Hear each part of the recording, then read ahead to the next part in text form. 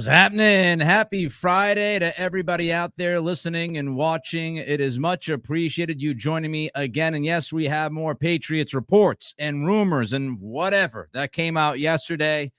I almost got a headache just thinking about how to prioritize what to bring to the table today because it's obviously a shorter podcast, don't have a 4-hour radio show, and there's just so much Patriot stuff out there. So let's start with the front office because I thought it was very interesting last night that a lot came out about this front office. It really began in the morning with The Athletic and Jeff Howe and Chad Kraft. Now, we talked about Jeff Howe's piece yesterday that the Patriots really want to draft a quarterback at number 3, but there was a lot more within that story from The Athletic. And here's what Howe and Kraft wrote about the front office yesterday morning. Elliot Wolf does not hold the GM title, and that's in part because things could change with the structure of the front office after the draft.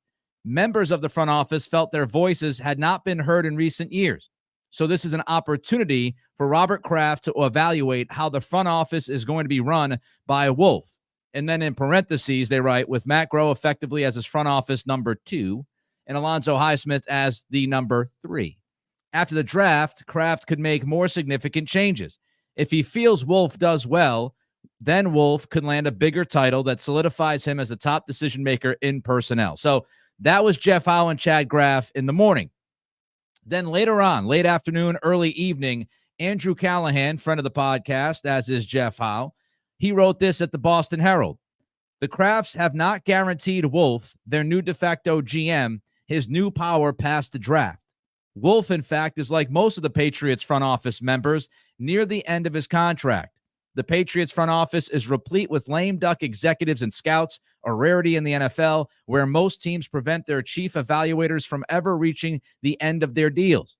Here's more from Callahan. The Patriots' willingness to let these contracts play out to the very end is a long-standing team practice and not necessarily a negative.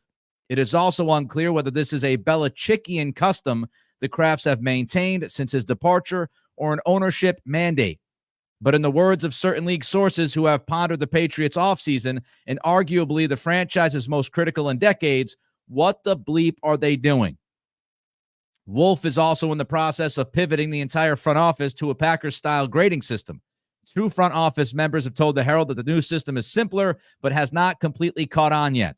One source close to Wolf senses he has complete confidence he will keep his job. That confidence is unique to him in a front office filled with evaluators who simultaneously are enjoying Wolf's laid-back culture and confronting varying degrees of uncertainty because of their boss's lame duck status. There is lots to unpack here. Lots to unpack. The Patriots, walking into their most critical offseason since, I don't know, maybe 2010 if you watched the Dynasty last night, walking into one of their most critical offseasons in quite a long time. They have decided to walk into this offseason with a bunch of lame duck dudes in the front office. Now, let me first state this. I'm fine with Jerod Mayo being the head coach. I'm fine with Mayo, the head coach. I'm fine with Wolf as the GM. I am fine with the Alonzo Heith addition. I am fine with all of those things. I am fine with where this team landed at head coach, GM, and the front office addition in Highsmith. But I am not okay with the process, and I am not okay with this scenario. All of those things can be true. You can be just fine with Mayo and Wolf and Highsmith, but also question the process and question this specific scenario that the Patriots front office is in right now. This all starts with Jerod Mayo, and I think that is something that continues to get overlooked by many people. This all begins with Mayo. If you did not select Mayo to be the next guy, then this process with the front office might have ended up much, much different. But they landed on Mayo.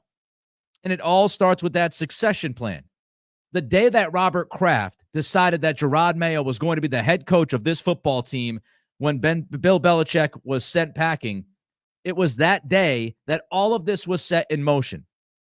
You had the succession plan. You had the succession plan written into the contract. And then Belichick, everybody thought he was going to be gone after, 2024. And you would go into 2025 with Jerod Mayo with a little bit more experience, ready to take over that role. Belichick would beat the Shula record, yada, yada, yada. Well, of course, as we know, 4-13 led to Belichick's exit. And all of this happened a year early.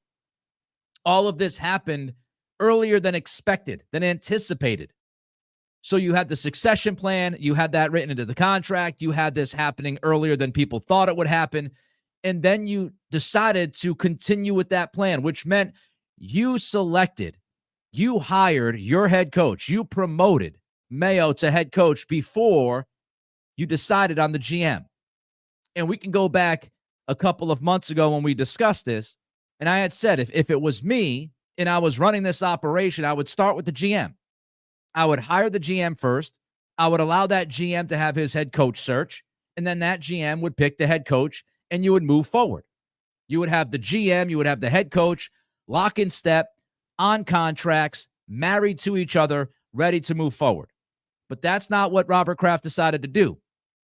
Kraft decided to stick with the plan. In the very moment he decided to stick with the plan and stick with Jerod Mayo as the head coach, it led to what we're seeing with this front office. Because at that point, you had two options. You could either hire a GM or president of football operations that had no history with Jerod Mayo. You hire somebody who hadn't worked with Mayo, hadn't talked to Mayo the last few years, haven't seen him in the hallways, haven't had these discussions in the offices at Gillette Stadium, haven't walked around the facility with the guy. You would hire a GM, president of football operations, whatever the title was. You would hire that person to run personnel, although they did not have a relationship in any way with Jerod Mayo. Or the other option was that you were going to bring somebody in or keep somebody here that had a pre-existing relationship with your head coach. And I've said this, Elliot Wolf was the right call because he has that relationship with Mayo. So all of this sets things in motion.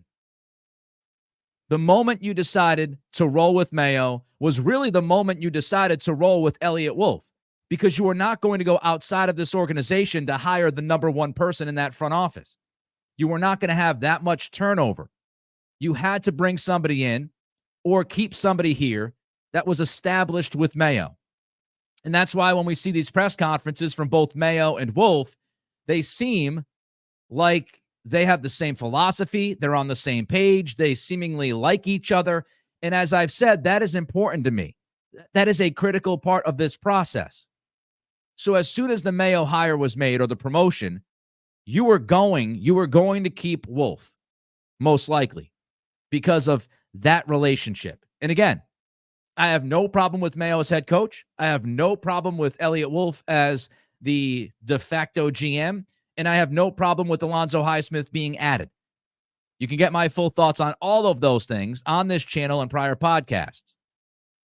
Now, I have plenty of more thoughts coming up and why I'm not okay with this scenario. I'll tell you why in a minute or so. But first, don't forget to give us that thumbs up, like, and subscribe. Trying to hit 2,250 subscriptions by free agency week, which is about 10 days away, right? March 11th. So we're trying to hit 2,250 by March 11th. That's the goal. It's a pretty hefty goal. We'll see if we can do that. But all of the likes, the comments, and the subscriptions helps. Also, we are launching a Patreon on that same day, March 11th. We'll launch a Patreon page. It's not going to impact this podcast.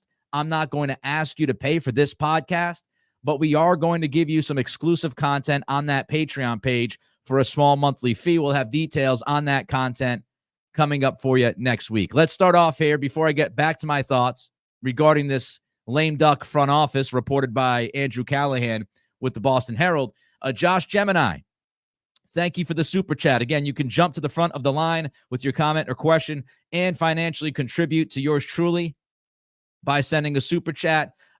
This is Josh Gemini. To quote Marky Mark from The Departed, unfortunately, this place has more leaks than the Iraqi Navy. I want to get to the leaks and how this scenario could actually play a role within what we've been seeing this week. I think Josh has hit on something here. And I think Josh has sent a super chat that is a very, very good point. And I'm going to make that point a little bit finer in a little bit. But yeah, the leaks. Would the leaks be happening if it was a different scenario? I think it's a fair question to ask. Another super chat by Edge Sanity. Again, you can send your super chats to jump to the front of the line. Does it not concern you that Daniels is 24? I've had this conversation, right? I haven't really talked a ton about this in the podcast, but I have hit it here and there. I do think when you look at college quarterbacks, the guys that are a little bit older, it's not a concern to me. It's just in my mind, if that guy is 23, 24, then he has most likely hit his ceiling as a player, or at least is closer to his ceiling than somebody who's 21. So when you watch Drake May, we have to remember that Drake May is 21 years old, and you're trying to project what May is going to be at the NFL level and understanding that he is 21. Jaden Daniels, 23, 24 years old, right? So when you are older, when you have more experience, you should have more success, theoretically, against younger competition. Guys across from you that are still learning the game. You are ahead of them. So I do account for age when I look at a player entering into the league. And I do look at somebody like Drake May, and I say to myself, well, if I want to try to project what he could be, if you look especially at Drake May's 2022 when he had a more talented team in an offense that seemed to run much better, you look at those results and you look at what he is right now, and you realize that he is still 2 or 3 years away from where Jaden Daniels is as far as maturity.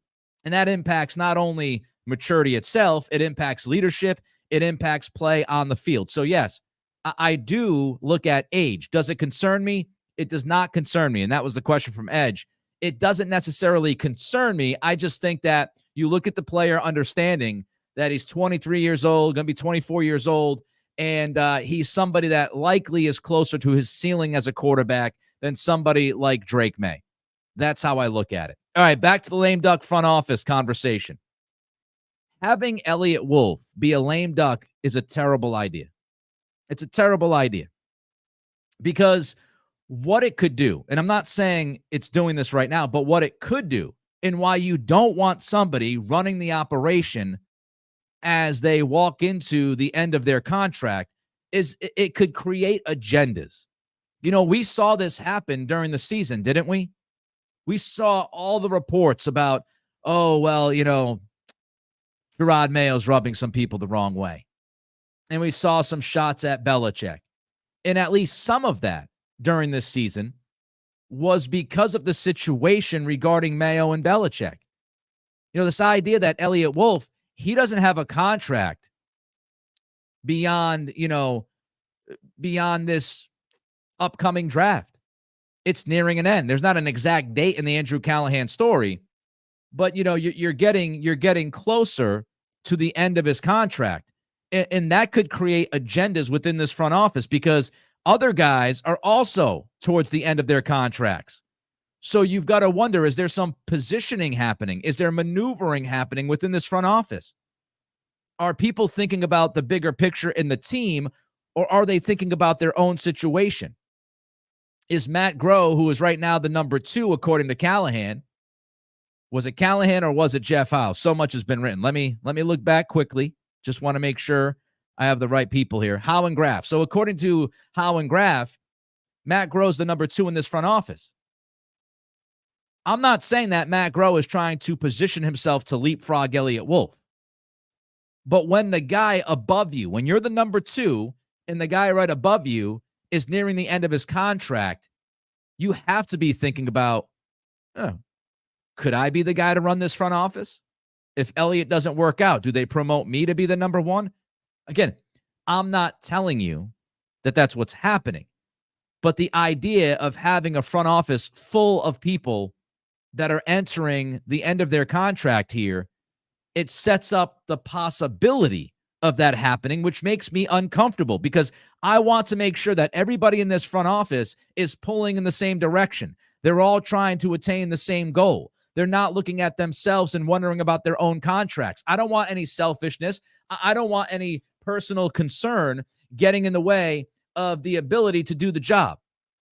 And that's what you do when you allow everybody to walk into the final year of their contract. You wonder, is somebody going to throw a knife out? Are there knives out for certain individuals within this front office? That's what seemingly happened with this coaching staff during the year. So that's one of the reasons why I hate it. Another reason is not only do you have people possibly serving their own agenda, if that's what's happening, you also have Matt Groh, who I just mentioned, who is known as a Belichick loyalist and is the second guy in power within this front office, according to Howe and Kraft. So how does this play? You've got Belichick disciples running around through the front office, and everybody is walking into the last year of their contract. So are they fighting for themselves? Are they fighting for the Belichick, agendas? Are they? You just have a lot of mess when you do this. And to get back to the point, to the super chat from earlier, from Josh, is this why the leaks are happening? The idea that all of these people or a lot of these people in the front office are lame ducks. They are going to try to get their point of view out there in the public to serve themselves. That's what happens, right? You're almost trying to save yourself on the ship. So, there are people out there that are in this front office in the final year of their contract, could have a couple of months left. And if they think that the best plan is to draft a quarterback at 3, they start leaking that to the media because they want to get their agenda out there. And then whatever happens, if they do get let go by the Patriots and they're looking for the next job, they can have that conversation with whoever is hiring them and say, hey, don't look at me. I wanted the quarterback. So it could start these leaks, which is why I think you saw some of the leaks during the season. I also find it just fascinating that you are going to be dealing with a lame duck front office when you have $80+ million in cap space and you have the 3rd pick in the draft. Am I supposed to believe that this huge decision in April at number 3 is going to be made by a guy that you are not committed to? Because if you just read this story, that's what you would take from it, right? Elliot Wolf is a lame duck, which means the Patriots aren't fully committed to him. They're still wondering if he can do the job, but yet he's going to have the final call with the 3rd pick in the draft. That makes it a little bit messy, doesn't it? Makes you wonder, doesn't it? So I think all of these are fair questions and criticisms about this scenario that has been put together by Robert Kraft and Jonathan Kraft. If you're not fully committed to the guy, is it the right decision to have him make the call? So all of that is fair to question. All of it. All of it is fair. Then you have to wonder, what's up with Alonzo Heith? And here's where it gets really funky.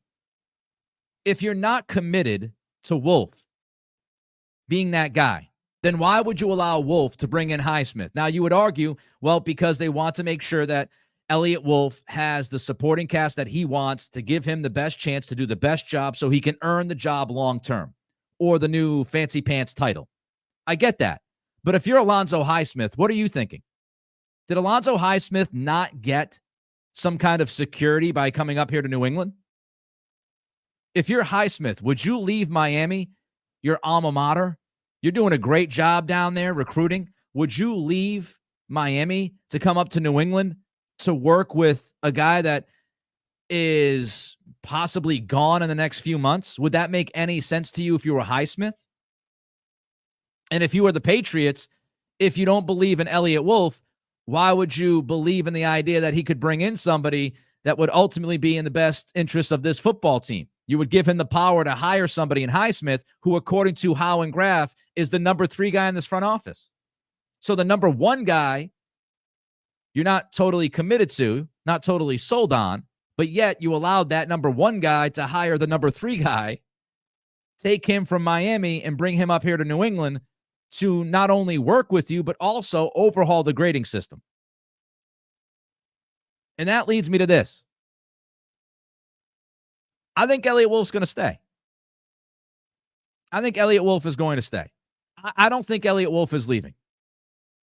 So I don't like the idea of having a bunch of lame duck people in the front office. I don't like the process of how the Patriots got to Elliot Wolf and Mayo and all of these things, right? I think they could have had searches. I think it could have been much more thorough. But I have no issue with Mayo. I have no issue with Wolf. I have no issue with Highsmith. And I think Elliot Wolf is going to stay here. I think, yes, he's a lame duck because his contract is set to run out. But I do not think the Krafts are going to fire Elliot Wolf. I don't think they're going to let Wolf walk away.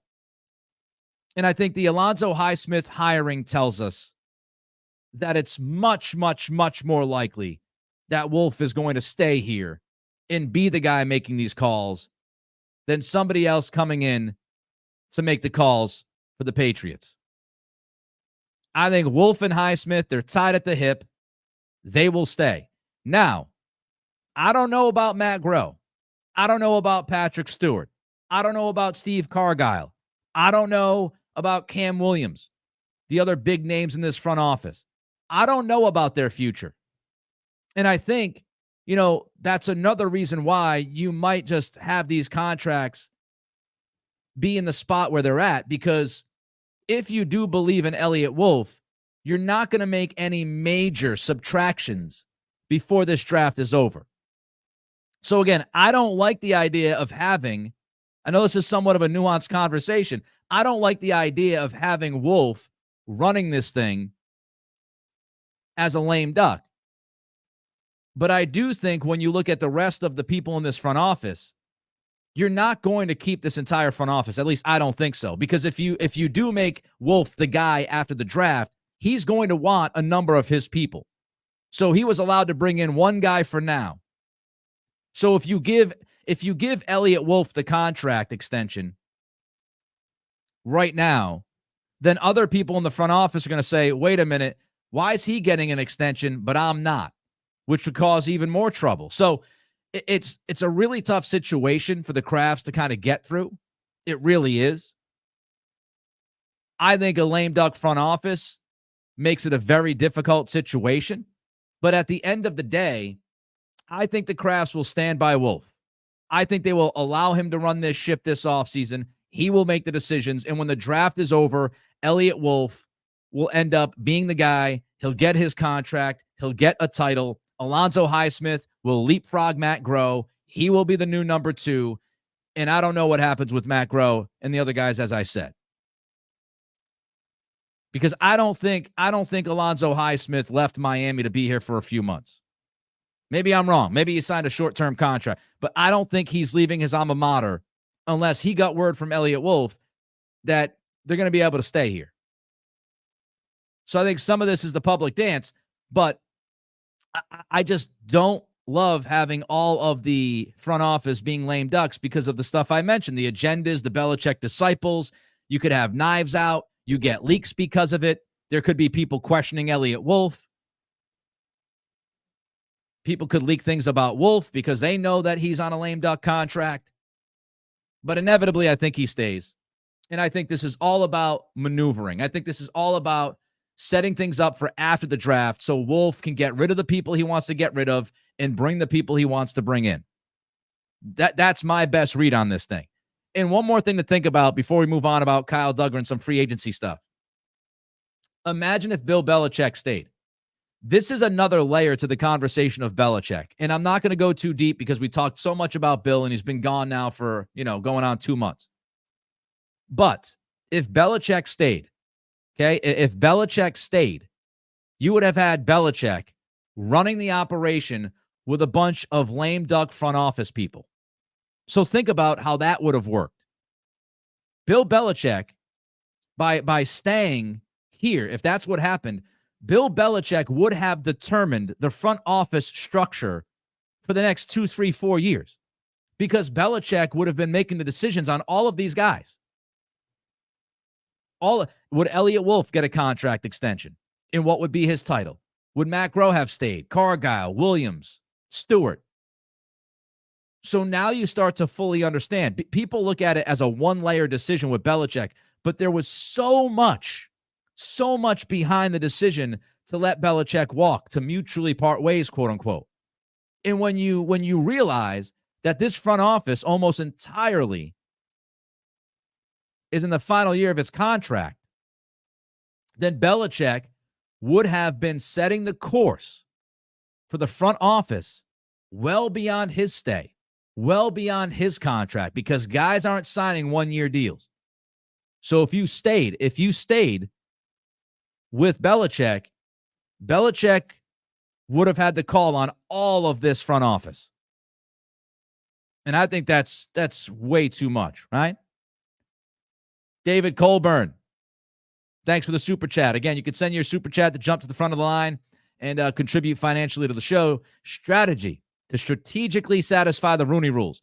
Yeah, I saw, I think it was Tom Curran last night say this. And look, it could be part of it. It could be part of it, but I don't think that's the reason why. Because they could have still had conversations with people. They could have still had conversations with minorities about the job and stayed with Elliot Wolf. I mean, Elliot Wolf would have to understand, and I'm sure he would understand, okay, you've got to talk to other people. You've got to have these conversations with other guys because of the Rooney Rule. You know, they could have gone through the process. I think if you're looking at this situation, even though all of us, I think, or many of us would agree that it's far from ideal because of the things that I brought up, and I just not in love with the idea of having a lame duck front office during this huge offseason. I think, as I said, the reason was that, they didn't want to show their hand with everybody in that front office. If they gave Elliot Wolf a contract, then everybody else in that front office would be looking for their contract. And if you didn't give those guys their contract, then they would have a pretty good idea that they were out of here when the draft was over. And then that's as much of a mess, if not even more of a mess. All right, don't forget, I haven't said this a lot today, so please bear with me. Don't forget to give us that thumbs up. I've got to say it every show. I've got to kick that algorithm in the face. Don't forget to give us that thumbs up. It's one of the most important things that you can do to support this program. I don't ask for money, obviously, so the likes, the thumbs mean the world to me. Builds traffic, more eyeballs to the product. So make sure you like. Make sure you subscribe. Trying to hit 2,250 subscriptions by the week of free agency, which starts 10 days from now with the tampering period. And you can also like on Facebook and Twitter/X if you're watching as well. So don't forget that. You can like it. You can give the thumbs up. That helps as well. So let's continue with the likes, the comments, the subscriptions, Spotify, Apple Pods, rate and review. All right. Let's get to some free agency stuff, shall we? I think we talked enough about the lame duck thing. So the Herald and Mass Live last night, they both reported that Kyle Duggar has an offer on the table from the Patriots. The Patriots have officially put an offer on the table for Duggar. Now, when you say you put an offer on the table, I would imagine that's not the franchise tag, because they would have said that they offered the franchise tag to Duggar. So the Patriots have offered Kyle Duggar a long-term contract extension. No details of the offer. There have been zero details of what this offer consists of. We don't know years. We don't know money. But the Patriots have offered Kyle Duggar a long-term deal. And I love this. I love this from the front office. I love putting the contract on the table for Duggar to consider. Because, firstly, it shows urgency. You have urgency within this operation. You're not messing around. You're not dragging your feet. You know who you want to try to keep. So you are very early in this process putting an offer together and handing it to Duggar and telling him, think about it. And this offseason needs urgency. This offseason, we need this front office to act. We don't need to be reactive. We need to be proactive. If you think Duggar is a part of this puzzle, then you go to Duggar. There's no reason to screw around. Go to Duggar and get it done, right? Go to Duggar and offer him the long-term contract extension. I don't know if that's something that Belichick would have done. You know, would Belichick have handled Duggar like he handled Devin McCourty, like he handled Dante Hightower?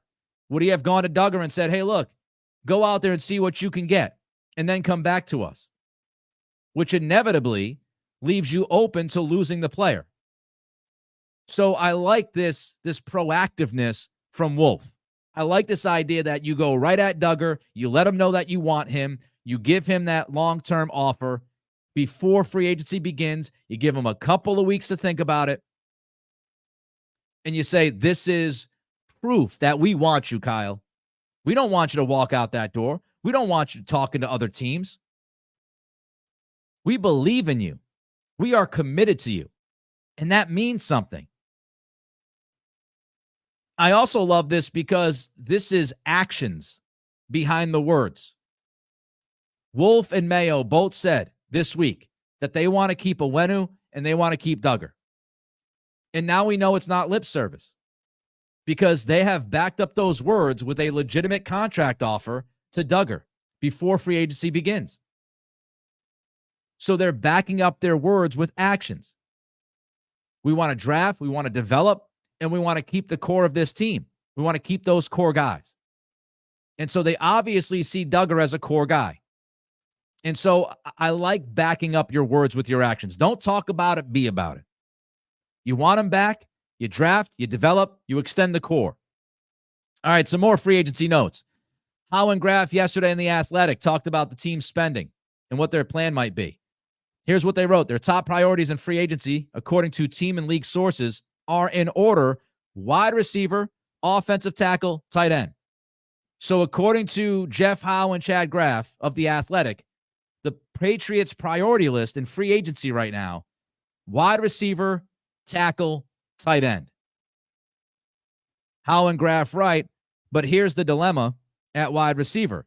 This free agent class of receivers isn't deep, and there's probably only one number one receiver, Calvin Ridley, which means whoever signs him will likely be paying a premium.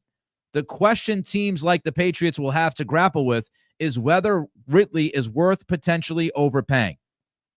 But, The Athletic writes, the Patriots want a number one receiver, so they might have to pay a premium for Ridley. If not, they are hoping the Colts don't apply the franchise tag to Michael Pittman Jr. So what do we think? I'll give you my thoughts in a minute about that priority list. First, like, subscribe, rate, review. Patreon is launching. My Patreon page will launch on March 11th, a week from this coming Monday. Exclusive content for you. We'll have more details on that next week. All right, so wide receiver, tackle, and tight end are the three priorities for the Patriots in free agency. They want a number one receiver. They understand that Mike Evans and Michael Pittman and T. Higgins all likely to stay where they are. We know that Higgins has been tagged. We know that Tampa's come out and said they want to keep Mike Evans. They're working on a long-term deal. Indy has come out this week, Chris Ballard, their GM, and he has said that they want to keep Pittman in Indianapolis. So it looks like Higgins and Evans and Pittman are not going to be options, which leaves the guy that I had, Calvin Ridley, in my free agency plan. And when we went through the free agency plan, that was the point I made. That if you're looking for a number one receiver or somebody who could be a number one receiver, Calvin Ridley was going to be the best guy on the market that represents that possibility for your football team. And here we are a week or two later, and that's how it's playing out. Now, here's the question I have when I read that. If wide receiver is more of a priority than tackle, does that tell us that Michael Wenu is, I don't want to say in the bag, but does that tell us that Wolf and Mayo are going to do everything they can within their power to keep Wenu here? I think that could be a little bit of a hint, don't you? Right now, they don't have a tackle on the team. That makes you feel comfortable about starting. I mean, they've got, Calvin Anderson, and they've got Wheatley, who they could, have on this roster, Vadarian Lowe, but they don't have right now a bona fide starting tackle on this football team. But yet tackle is behind wide receiver in priority. I think that tells us that Wenu is a priority for the Patriots. I think that tells us that they feel pretty good about their chances of keeping a Wenu. Because if offensive tackle is not the number one priority and you don't feel really good about a Wenu, then what are we doing here? Because I would easily say that tackle is the first need because, again, you don't have anybody who's a legitimate starter at that position right now. That would be priority number one. So you best have a Wenu locked up or feel really confident that you can lock him up if you're telling me wide receiver is taking precedent over tackle when you're talking free agency at Gillette. Would I overpay Ridley? Yes, I would. I would overpay Calvin Ridley because, again, he's the best option in the free agent market. I know people, I keep hearing it. He's 29. He's 29. He didn't play for a year and a half. He's got younger legs. I don't look at Calvin Ridley as a 29-year-old. I look at a guy who didn't play for almost 2 years. So in his football life, he's more like 27. That's how I look at it. He didn't play football. He played 5 games going back in 2021. Didn't play in 2022. So his legs are younger than his age, if that makes sense. And I would overpay him. He's an immediate upgrade. You've had one wide receiver since 2017 have a 1,000-yard season on this team. One guy, Julian Edelman. He's the only receiver on this team since 2017 that has put together a 1,000-yard season. Ridley just did it last year after missing almost 2 full seasons. He is by far the best receiver on your roster the day you sign him. So, yes, I would overpay for him. I would overpay for Ridley because I think he's your best option, and you need help desperately at that position. Even if you want to draft 1 or 2 guys, at that position in the draft, I'd still want Ridley because I don't think you're picking a wide receiver in the first round. Guys, an instant upgrade. You have the money. And if you are going to draft a quarterback at 3, which everybody's talking about, this morning Dan Graziano said the Patriots are more likely to move up in the draft for a quarterback than move back in the draft for a quarterback. Graziano also said that, yes, from what he has heard, people he has spoken to, the Patriots are likely going to take a quarterback at 3. That's the path they want to take. If these quarterbacks check the boxes during this pre-draft process, they will draft a quarterback at 3. If you're drafting Drake May or Jaden Daniels, or somehow, some way, something crazy happens and Caleb Williams drops to you, or you move up, you have a young quarterback. You need to support that young quarterback. We just watched the Mac Jones experiment fail. Tremendously fail. And one of the reasons why is because you stuck him with Devontae Parker, Juju Smith-Schuster, and a couple of, young receivers that luckily you hit on one with Pop Douglas. You can't do that again. You can't spend the 3rd pick in the draft on a quarterback and not give him somebody who is a legitimate wide receiver in the NFL. And if Calvin Ridley is not a number 1 to you, he's at least a 1B. So you need to support your young quarterback. So yes, I would bring in Calvin Ridley.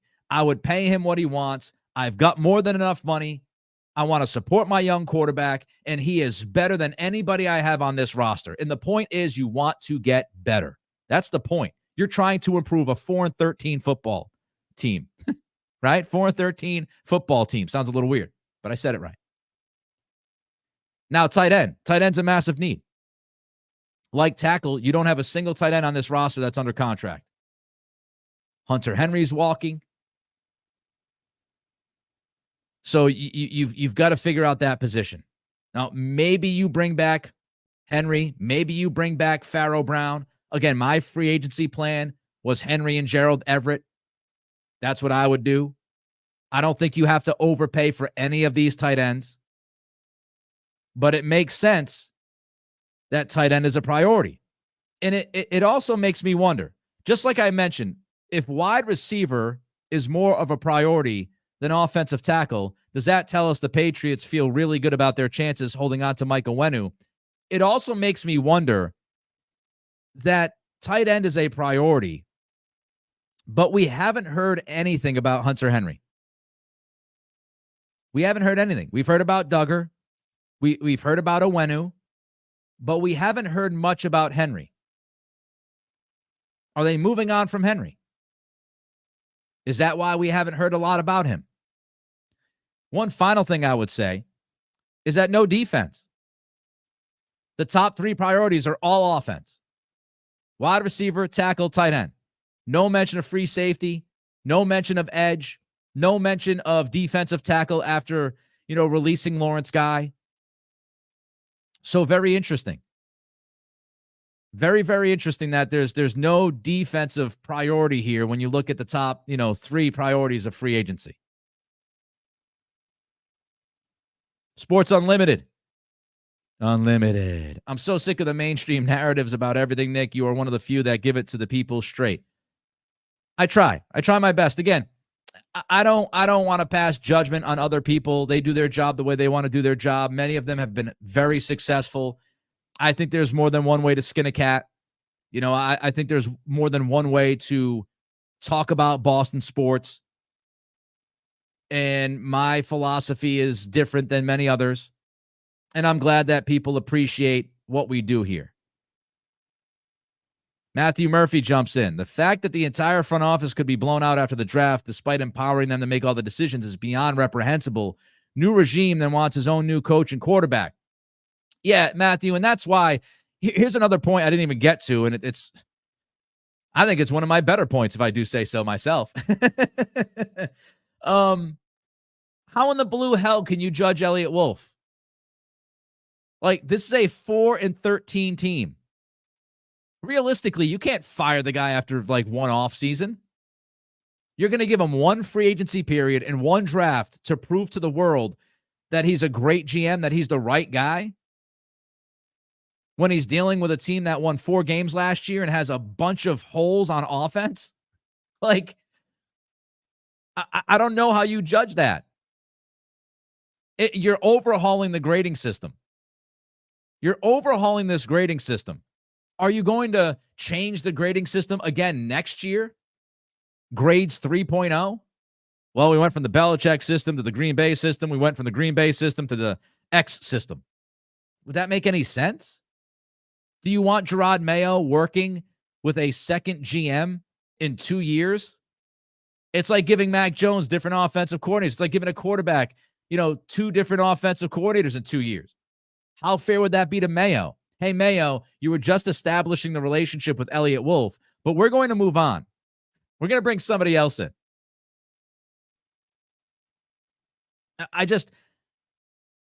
What would Elliot Wolf have to do on draft night to lose the gig?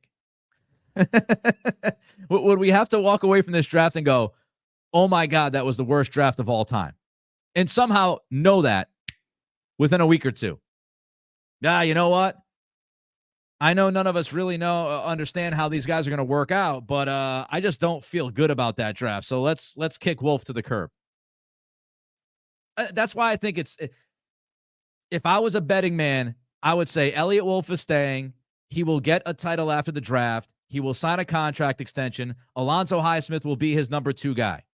Again, don't like the ramifications within this front office and the dynamics by having everybody be a lame duck right now. And I told you why. But again, I just think, realistically speaking, he's going to stay. He's going to stay. I would be shocked. Not telling you it's impossible. KG, anything is possible. I'm not telling you that it's impossible that they would move on from him. I find it very hard to believe, though. They allowed him to hire Highsmith. He's working with Mayo hand in hand. We all know that they love Mayo. They're not dumping Mayo after 2024. That ain't happening. So while it bugs me, and it does bring issues to the forefront about having everybody on the last year of their contract right now during a huge offseason, at the end of the day, as more and more people say now, at the end of the day, Elliot Wolf and Highsmith, I think, will be here. And they might keep 1 or 2 guys from this current front office. They'll bring in some other people from outside front offices. I think that's what will end up happening. At some point in May or June, before training camp, we will all learn that Elliot Wolf is the new president of football operations, or whatever the hell, football officer, lieutenant, whatever the hell his title is going to be. because it just makes sense. And I don't think you fire the guy after one offseason dealing with what he has to deal with. Just so much going on. Nightshade, man, what are we talking about? Wolf is not a lame duck. Well, I mean, he is. I know what you mean, Nightshade. And as I said, I don't think he's going anywhere, but he is the definition of a lame duck because he's doing his job with months left on his contract. That's the very definition. No matter if you and I or anybody else believes that he's going to be back, I think, we still have to define him as a lame duck because that's what you are when you're sitting there with a couple months left on your deal. So a lot of interesting stuff happening, a lot of things going down. I'm sure we'll get even more rumors and innuendo and reports over the weekend because it's been incredibly busy. If anything big happens, we will certainly be here to talk about that. Don't forget to like, comment, and subscribe. Every like means the world to us. So before you go, click that like, subscribe as well, and you can get notified when we go live. That's always cool on YouTube. So you can subscribe. Make sure you hit that notify button, rate and review. Patreon is coming up a week from Monday. Small monthly fee, not going to impact this puppy. We're going to continue to do what we do here, but exclusive content. Maybe talk about some other sports here in Boston more often than I'm able to do here with this crazy Patriot stuff going on, and a lot more other content that will allow you and I to interact a little bit more. So be on the lookout for that. Until Monday, everybody have a kick-ass weekend. Have fun. Enjoy yourself. Don't be knuckleheads. Don't be getting in trouble, but enjoy your weekend. We will be back on Monday at 11 a.m. sharp. We appreciate you as always. This has been the Nick Cattle Show.